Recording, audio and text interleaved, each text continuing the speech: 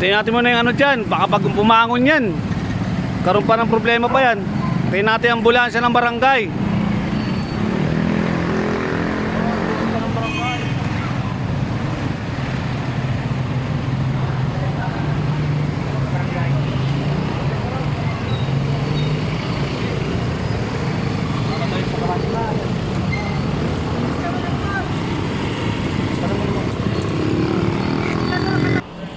Ito yung aso na balaging tawid ng tawid oras-oras dito sa kahabaan ng Severville, harap ng China Bank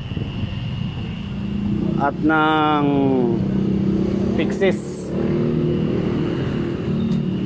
Pasaway itong aso na to.